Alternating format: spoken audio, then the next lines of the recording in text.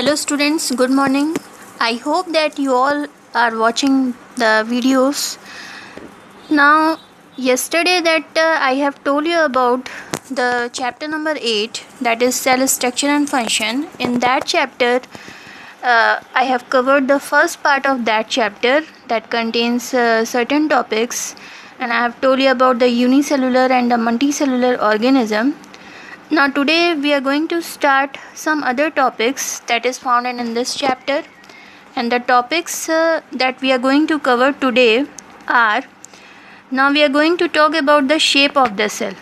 Now in this chapter we are going to start the shape of the cell. We are going to get that what are the different shapes of the cells are found and what are their functions.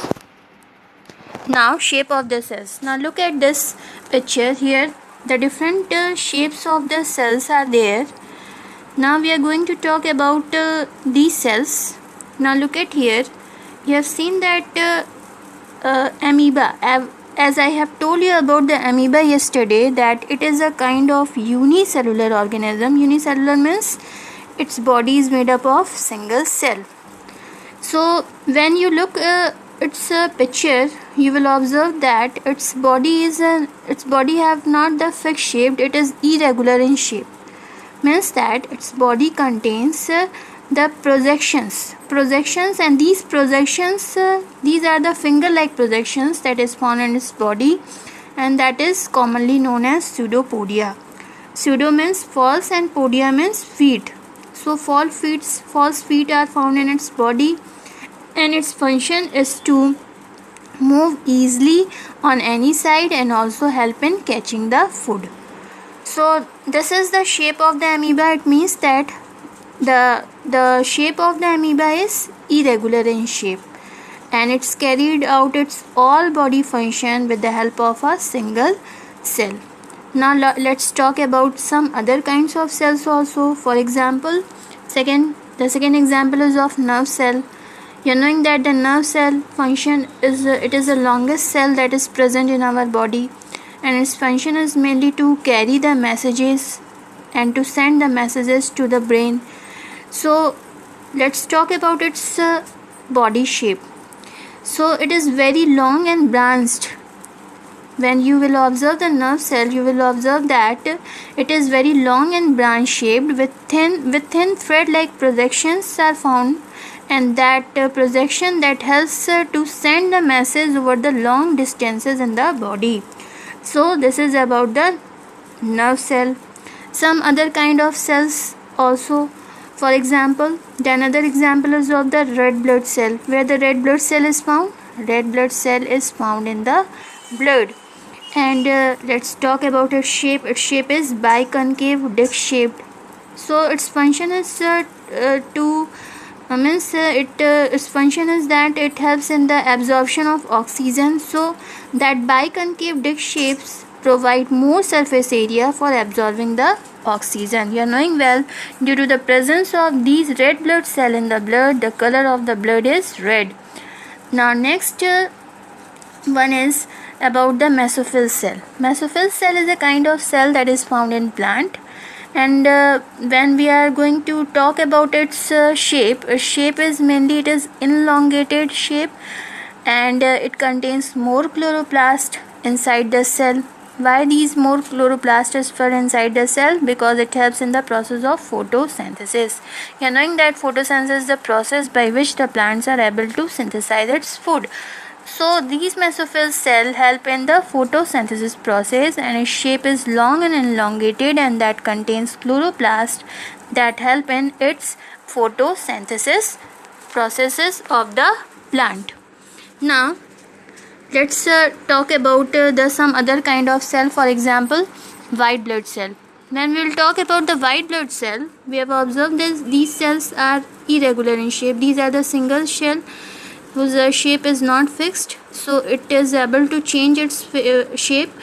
But while WBC is a type of cell, but when we will talk about the amoeba is a full-fledged organism that is capable of independent existence. So amoeba is a kind of organism, but WBC is a kind of cell. It is a kind of single cell.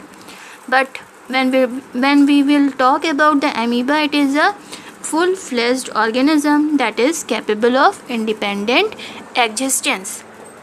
Now, the cells, when we have seen that there are different shapes of the cells. Some cells are round in shape, some cells are elongated, some cells are long and branched shapes, pointed at both the ends. When we will talk about the muscle cell, it is a kind of cell which has the spindle shape. The spindle shape means that is a kind of shape which is pointed at both the ends and flat at the center. So this is a kind of cell, this is a kind of muscle cell that is found in human beings. So these different shapes of the cells are found.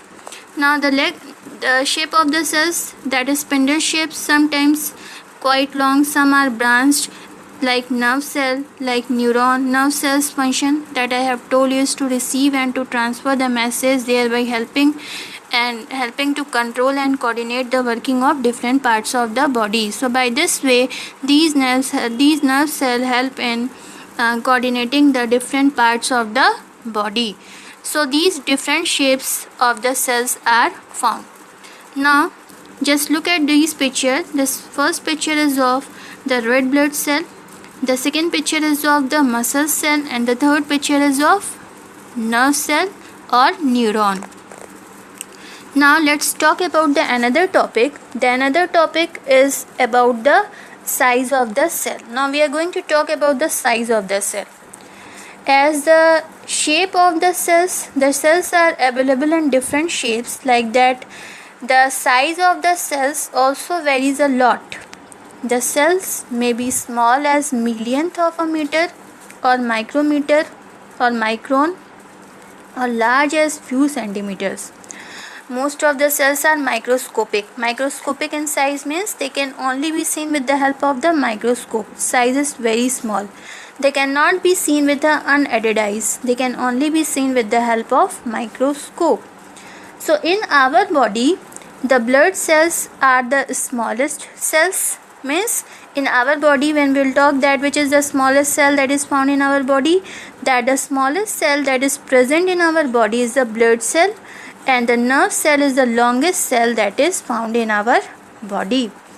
In plant, some algae have very large cells. For example, Acetabularia. Acetabularia is a kind of unicellular alga, and it is about 10 centimeter in length. So these different size of the cells are found. The cells also vary in size. Some are very smaller in size, some are very larger in size. So now just we have covered the two topics, that is about the shape of the cell and about the size of the cell. Now there is one question, that the question is that what provides shape to the cell. So there is a question in your mind that what provides shape to the cell. So cell membrane, we will talk later on about the cell membrane in this chapter. Cell membrane around the component of the cell that provides the shape to the cell. When we will talk about the plant cell, in case of animal cell only the cell membrane is found. And when we will talk about the plant cell, there is an additional covering over the cell membrane, and that additional covering is known as cell wall. So we are going to talk about these topics later on in this chapter one by one.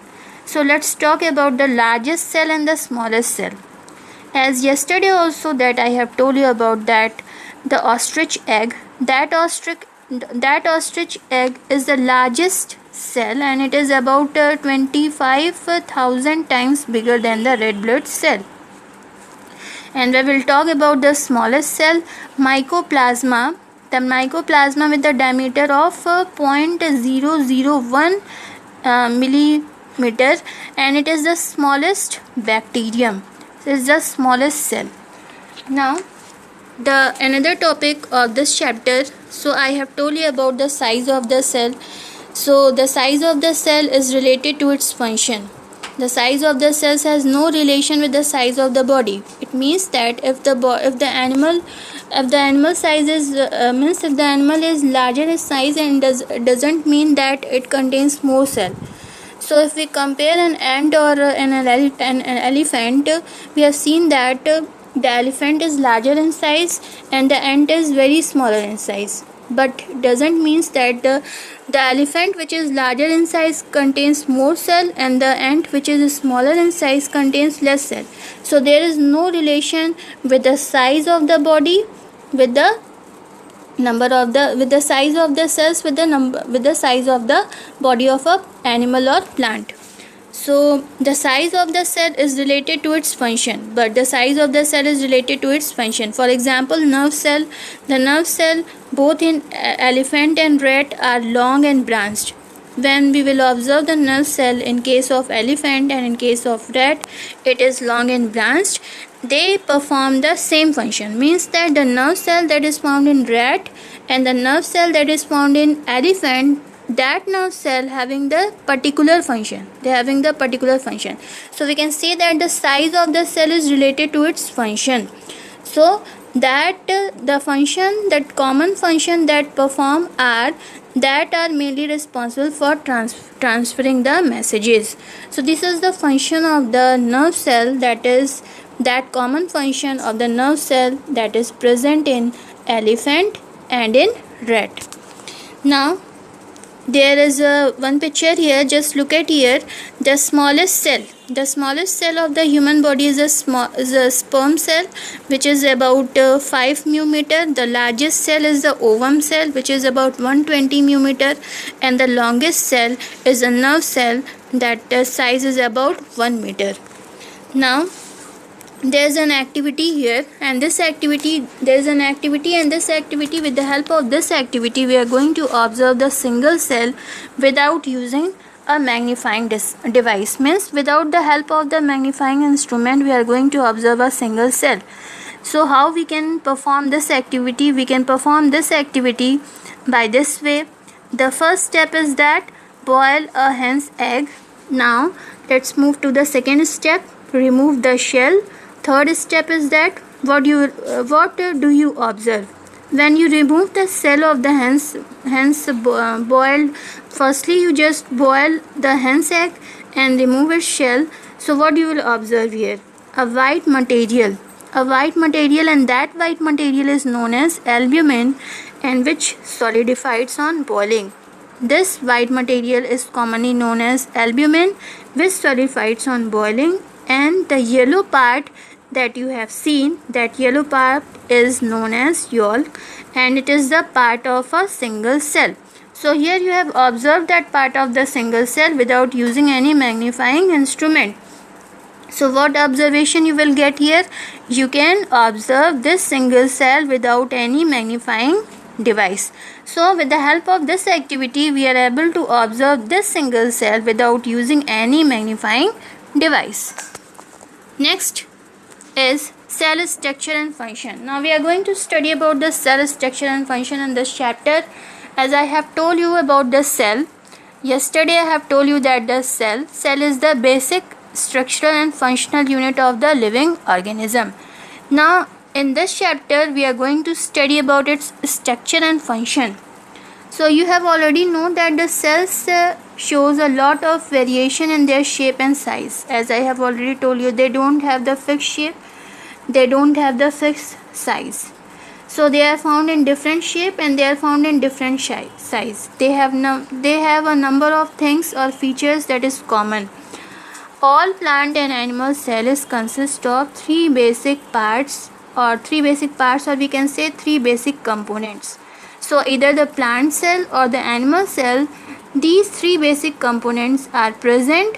The first one is cell membrane, second one is cytoplasm, and third one is nucleus.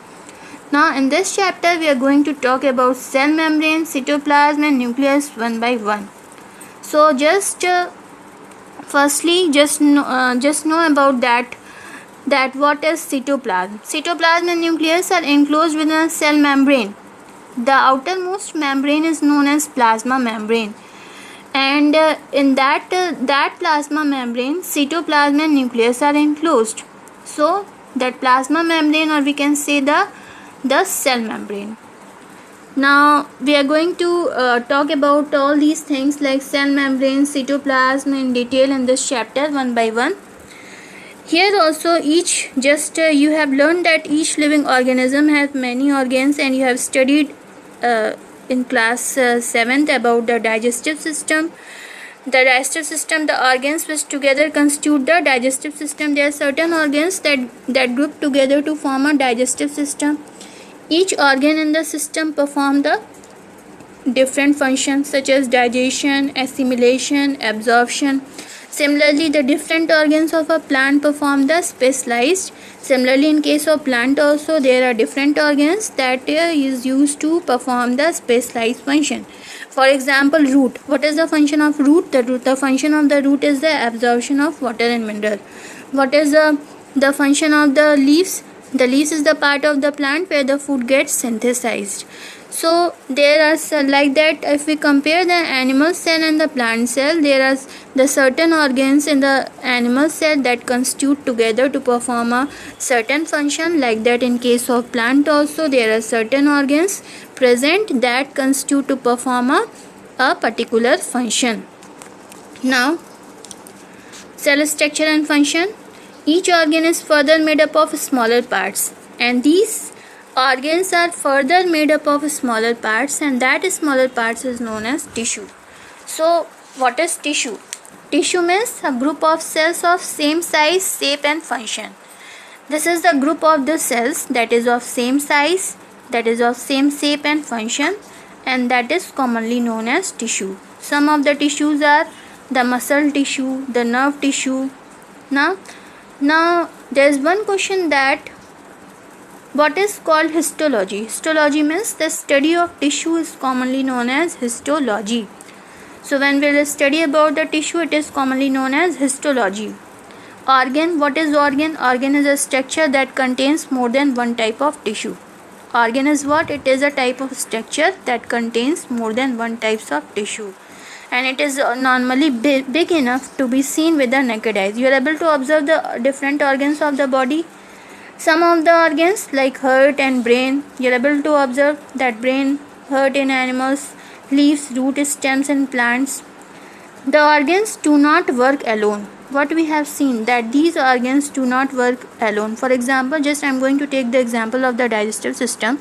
The digestive system consists of different organs, and in that digestive system, that organs group together to perform the digestion of the body. Means that the organs do not work alone. Usually the number of the organs that work together to carry out a certain function. So a group of organs that working together is commonly known as organ system. These groups of organs that work together is commonly called the organ system. Your digestive system is an organ system. Your circulatory system, your respiratory system, your excretory system, your reproductive system. So these are the certain system that is found in your body. For example, in case of digestive system, that digestive systems consist of that is mouth, food pipe, stomach, intestine, and each organ we have seen when we have seen this digestive system, we'll observe that each organ have the specialized function to perform, and together they digest the food. Similarly, there are different organs that involve in the organ system. Now this is about the cell structure and the function. So we have discussed about the tissue. We have seen that what is tissue, and the study of the tissue is called histology. We have seen that we have observed here that there are different types of system that is present in our body also, in which the organ alone is not able to perform a function. Means that organs that groups together to perform the certain function of the body. And I have given you the example of the digestive system also, like that of you can take the example of the respiratory system, excretory system, circulatory system.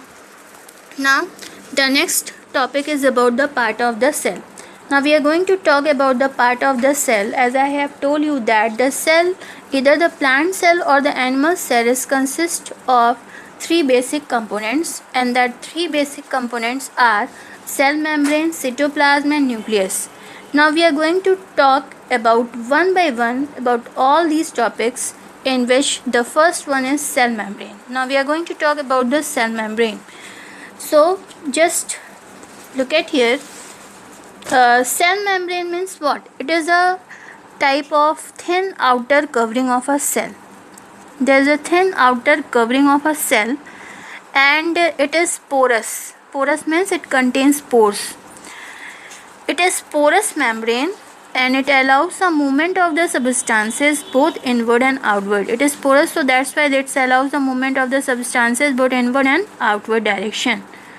So the membrane having the tiny holes, so that's why it is known as porous membrane. There is one question that why this cell membrane is called the porous membrane. The cell membrane is called the porous membrane because it contains the tiny holes, and that's why it is known as porous membrane. And it also helps in the movement of the substances both inward and outward.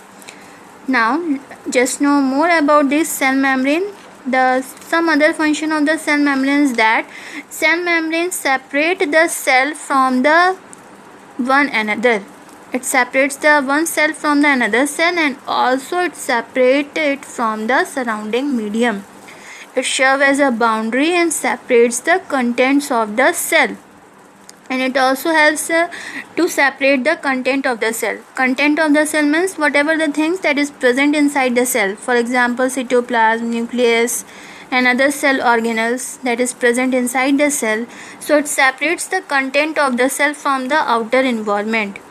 And it is mainly made up of proteins and lipids. Protein and lipids that are compounds that do not dissolve in water, such as fats and oils, etc. But this cell membrane is found in animal cell, but what in case of plant cell? When you will observe the plant cell, you will observe that there is an additional layer that surrounds the cell membrane, and that additional covering over the cell membrane is commonly known as cell wall. That cell wall is rigid. It is made up of a non-living substance that is known as cellulose, and function of the cell wall is that it provides the protection as well as shape and support to the cell. Now we have studied about the cell membrane. Now the question is there that what is the function of the cell membrane? The function of the cell membrane is what? It allows the movement of the substances both inward and outward. It provides the shape to the cell and it protects the cell. So this is the function of the cell membrane. Now there is another activity here. With the help of this activity, we are going to observe the basic component of the cell. Now how we can perform this activity? Now look at here that how we are going to perform this activity. There are certain steps, and by following all these steps we are going to perform this activity. Now in order to perform this activity, means that this activity is mainly to study the plant cell using onion peel. Prepare a slide of onion peel. Following procedure are as follows. The step first is cut a small piece of onion bulb. Now the second step is peel off the inner surface of the onion leaf using a pair of forceps. A thin layer of peel looking like a membrane is obtained in this manner. Third step is take a glass slide and put few drops of water in its center and place the peel in water on the slide and a drop of iodine solution or any other stain like saffron in. The fourth step is gently lower the cover slip over the onion peel using a needle. Now the slide with onion peel is ready for observation under the microscope. Step 5 is place the slide on the stage of the microscope and observe it under the low power objective lens of the microscope. So what you will observe? So after following all these 5 steps, at the last there will be the observation. What will you observe here?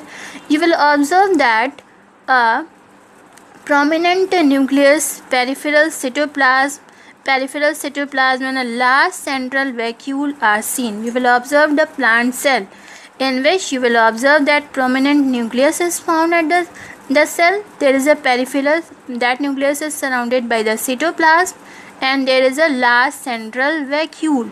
And the last central vacuole means that vacuole is present at the center of the cell, and its periphery the cytoplasm is found, and there is a prominent nucleus that you can easily observe in this cell. So the nucleus stained pale yellow with iodine. By changing the focus of the lens, the cell walls also becomes clearly visible to you. So we with the help of performing this activity, we are able to observe the basic component of the cell. So what we have seen here, we have seen the cell membrane, we have seen the nucleus, and we have seen the cytoplasm. Now just look at this. This is about the activity number 3 that I have already told you, that add a drop of methylene blue. This is a step of this activity.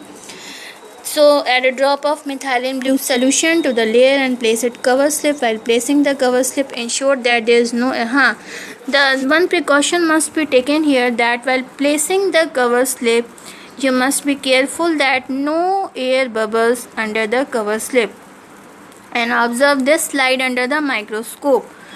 And after observing this slide under the microscope, draw whatever you have seen. So what you will observe here, the boundary of the onion peel is a cell membrane that is covered by another thick covering that is known as cell wall.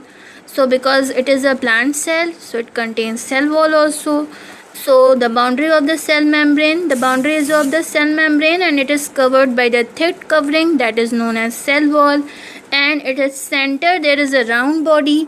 The round body is known as nucleus, and a jelly-like substance between the nucleus, where these jelly-like substance is commonly known as cytoplasm, and that is present between the nucleus and the cell membrane, and this is known as cytoplasm. So these basic component of the cell that can be easily visible by making the slide of the onion peel.